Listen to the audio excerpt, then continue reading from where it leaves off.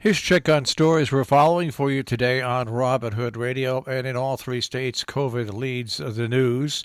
A letter was sent home to Region 1 parents, students, and grandparents yesterday from Lisa Carter, the superintendent.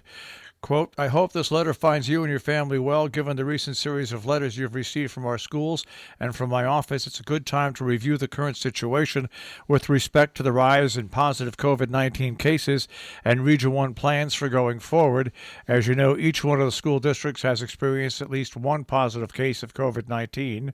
The most recent cases have emerged on the heels of one another and in the midst of overwhelming state and national news. It's not a wonder why we all may be feeling anxious by their appearance. These cases are concerning as they indicate the presence of some community spread, but has been true since the beginning of the school year, and there's been no transmission within our schools. As we have communicated to you in the past, our students and staff are distanced from one another. Everybody is wearing face masks and washing hands frequently. Where possible, students are placed in grade-level cohorts, and their movement throughout the building is limited. Facilities management and custodial staff have adhered to strict expectations and routines with regard to cleaning. Finally, only one staff and student are allowed in school buildings. When cases do arise, they are readily identifiable and containable, and the region has made safe and conservative decisions with regard to closing school and or classrooms, and feel that mitigation strategies are working and that the staff and students are safe as they can be while in school.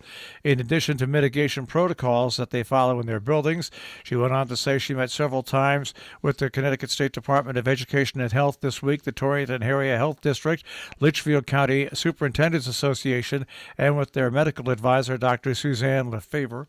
They know that the school district month total of number of cases to date: Canaan the Lee H. Kellogg School, one community member; Cornwall Consolidated School, one staff member; Kent Center School, one student, two community members; North Canaan Elementary School, November, 4 students, 2 community members, 1 staff member, 3 community members. Region 1, Housatonic Valley Regional High School, October, November, 1 student, 3 students. Salisbury Central School, November, 1 student, 1 staff member. Sharon Center School, October 1st, 1 staff member. At this time, all of those groups are recommending that based on relatively low town and school numbers, to keep schools open for in-person learning. However, the advice remains that we should be prepared to make a shift to distance learning if we see serious upticks in cases that are widespread in any of our communities, or if we begin to see untraceable transmission in our schools. Continuing on with other news on COVID-19 within the state of Connecticut, 71% rise in students testing positive for the virus statewide. The number of students in Connecticut schools K through 12 who have tested positive for the coronavirus soared over the past week to just under 1,200. Further, the total staff members reporting positive climbed 49% to just under 500 total. The rapid rise in cases involving schools mirrors the overall trend statewide in Connecticut, where cases have risen sharply. In Torrington, they have closed all 6 public schools over the past week. The Board of Education accepted the superintendent's proposal for the entire district to transition to distance learning yesterday through December 4th. Students and staffers will return to in-person learning December 7th. Those who want to stick with remote learning will have that option. As COVID cases mount in New York, school districts plan on going remote in advance of Thanksgiving. At least 8 school districts across the Mid-Hudson Valley are closing doors to their schools early for Thanksgiving due to confirmed cases of COVID-19. All of Millbrook students and Arlington High School students were sent home early on Thursday when the district received positive reports of COVID cases in the morning. Those schools will remain closed until after Thanksgiving weekend, Monday, November 30th. That's the plan several districts are now following while engaging in some remote learning on planned school days. However, some are already looking beyond the weekend. Pine Plains announced its high school will stay remote until early January. Spackenkill plans for one of its schools to remain remote following November 30th and warned parents other schools may also go that route.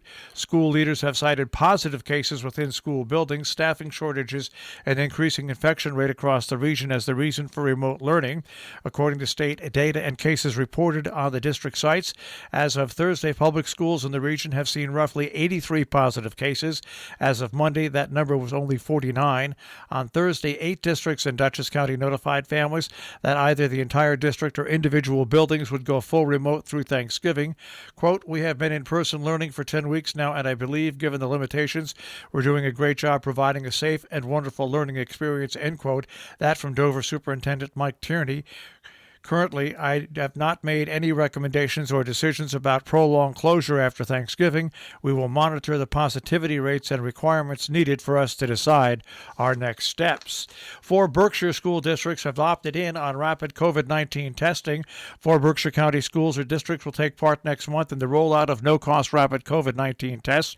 In all, 134 school districts, charter schools, or special education programs will take part in the program that's likely to expand as part of the Baker administration's drive to support in-person learning. Tests will be administered to students or staff who show symptoms of the disease while their school is in session. Only schools that have a form of on-site instruction were eligible to take part.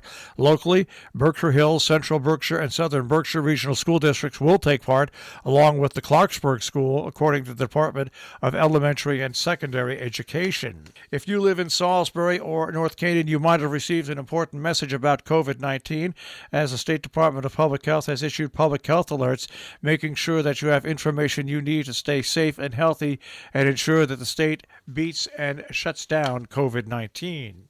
Out of Great Barrington, it appears the Great Barrington Board is poised to reject the airport expansion permit in a story in the Berkshire Eagle.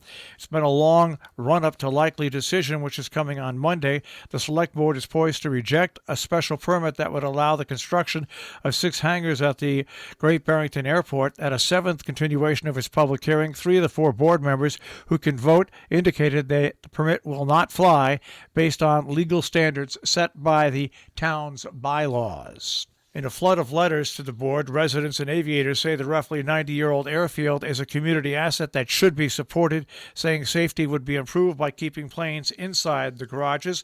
By the way, the planning board vetted the proposal in August and found that the storage on concrete pads indoors is far safer for the environment than tying them to the ground, as most aircraft are now. Sharon Land Trust will hold its annual meeting virtually today at 4 p.m. Keynote speaker will be Tom Zetterstrom, discussing 2 invasive management successes in town. You can go to SharonLandTrust.org for more information on how to register for that event today. The Wassaic Fire Company and Auxiliary sponsoring a baked ham dinner takeout only drive-through pickup style at the Wassaic Firehouse, 4 to 6 p.m. Tickets are $15 each. Pre-order tickets at 845-789-1059. A Cornwall town meeting is set to receive the town report and vote on the 5-year capital plan at 7 p.m. at the Cornwall Consolidated School, 5 Cream Hill Road. On the 21st in Cornwall, Robert Andrew Parker art on display at the library at 5 p.m. Cornwall's Geology with Hugh Cheney via Zoom. Our business brief is underwritten by Morgans at the Interlaken, interlakenin.com, and by Salisbury Bank, salisburybank.com. The Dow Jones Industrial Average starts off today at 29,483.23, the Nasdaq at 11,904.71, and the S&P 500 at 3581.87. We'll take a look at the tri-state forecast. That'll come your way in just a few moments.